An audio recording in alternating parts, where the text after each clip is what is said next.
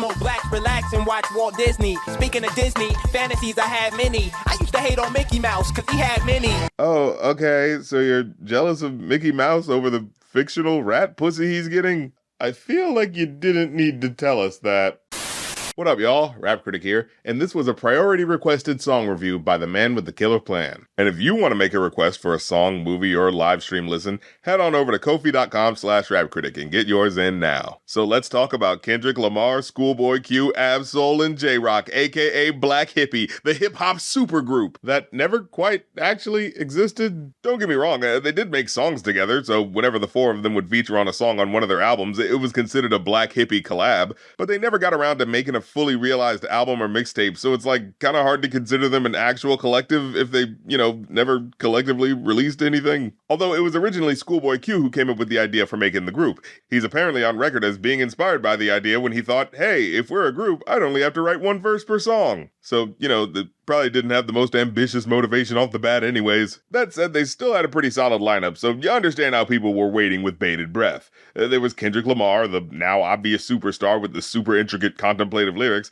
There was Ab-Soul, the guy who many would argue was more lyrically impressive than Kendrick with his wordplay, but had a more playful style. Then there's Schoolboy Q, the no-nonsense hard-edge rapper of the group. And then there was J-Rock, who was, also there. I'm sorry, I just never got his appeal out of the four. He never really stuck out to me. And I know he had the standout verse on Kendrick Lamar's Money Trees, and hey, he does have some pretty earwormy hook moments. Like, if you don't like that I don't like J-Rock, I know what you're already thinking. You ain't gotta like it 'cause the hook don't love. See, that's just a monster hook right there. Like, even my over-intellectualizing ass can't argue with it. But guys, I'm sorry, the man didn't do himself any favors by being the guy on the Black Panther soundtrack responsible for this infamous verse. I've been ready, my whip been ready, my bitch been ready, my click been ready, my shit's been ready, my checks been ready. I got pulled, I hope y'all ready, you know I'm ready. Like, oh, my foot's been ready, my dick's been ready, my poop's been ready. Like, what the hell is this? I gotta go get it, I gotta go get it, I gotta go get it, I gotta go get it. My name gon' hold up, my team gon' hold up, my name gon' hold up, my team gon' hold up. Guys, this was supposed to double as the lead single to his next album. And just as an aside, man, look, I know when I'm harsh to an artist that people like, and they like to poke at the music I've made, right?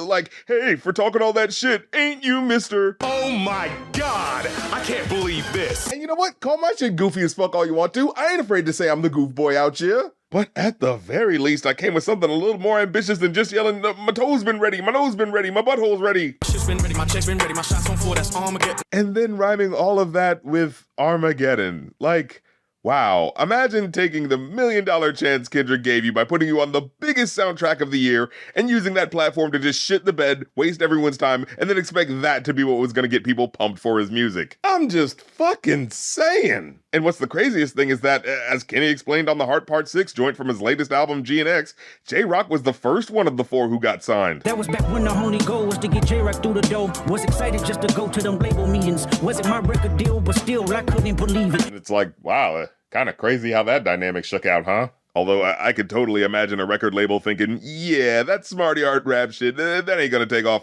Let's make sure to push the guy who's appealing to the more lower common denominators out there. But, you could say when they were on tracks together, they would bring out the best in each other. Like the absolutely stellar slippery flows on Vice City, or the way they jump off of each other on the Say What's Up joint, or the Dat Part remix. Unfortunately, I can't say that for today's song review for Zip That Chop That from 2010, because I can't lie, this song really does feel like the crew at their most underwhelming. And even with respect to the fact that this is early on in their careers, even Kendrick Lamar's bars feel like they're kind of lacking. Ring the alarm or wait to a bomb. You ain't a rapper, you Elton John, holding your John. Really compelling stuff. Also, what was up with those girls? It looked like they volunteered to do a thing where they were going to follow him down the street or something, but then their table got called and they had to go or something. That said, I do like the way they add to the rhymes from the last guy's verse as they trade off every 4 bars. I got a ton of croutons in the Louis Vuitton. That's big bread, the chickens are flying flocks when I come. Part of the song, half drunk stuck in the palm. Although, again, Kendrick's rhyming here feels weird, like rhyming Louis Vuitton with cum, but saying it like comb. Like, for Kendrick, this feels like a bit of a cheap rhyme scheme, right? But again, this is 2010 Kendrick Lamar, as well as the rest, who were probably like 22 or 23 at the time, so this is one of their early collabs when they're all figuring out their styles and techniques, you could say. Oh my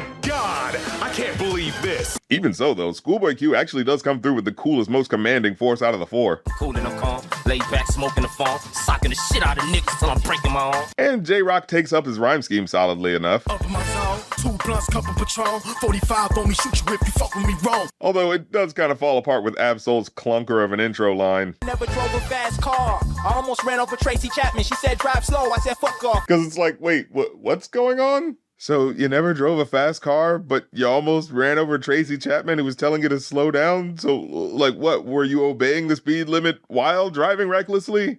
I don't think that logic would hold up in court. Actually, as much as you might assume me to be the Kendrick stan here, I'm more forced to hand Schoolboy Q the crown for showing out the best lyric-wise. Low and sticky, before the group been a hippie. Big money, long stocks, I ask Pippy. Mask on, one sock, I get busy.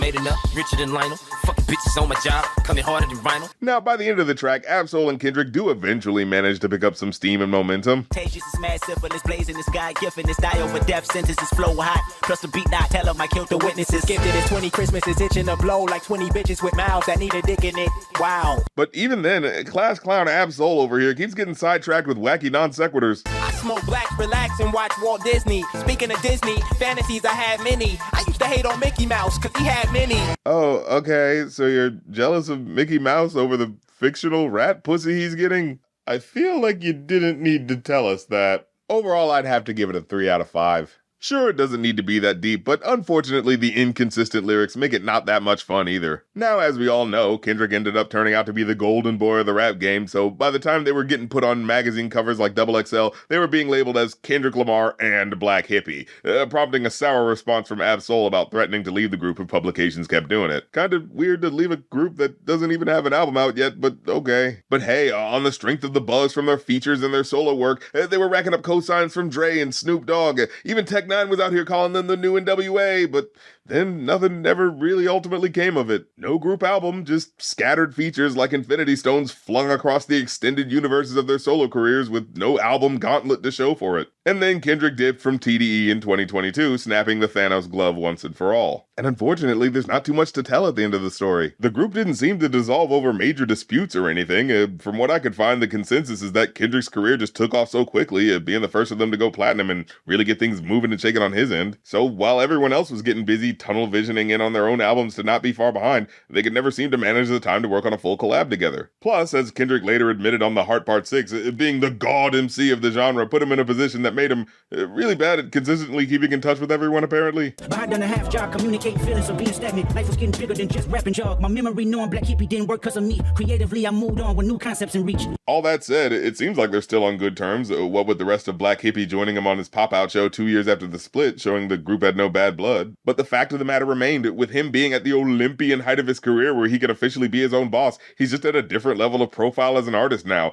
to where any collab would inevitably be Kendrick's name and lights first on the marquee. And with the aforementioned problem of competing careers to focus on and the ticking time it takes to establish your own brand, without a Wu-Tang Clan like model where there's like a RZA head of the group and an album that's anchoring their collective collaborative spirit into, unfortunately the whole chapter of the Black Hippy movement feels more like the Avengers who never made it to the first big movie. Just a post-credit scene that never really paid off. Well, I guess they were black hippies in the sense that they were clearly smoking mad weed and just kind of fucking around and having fun, so in a way I guess it does kind of live up to how a good portion of the hippie lifestyle plays out. Hippies, they're everywhere.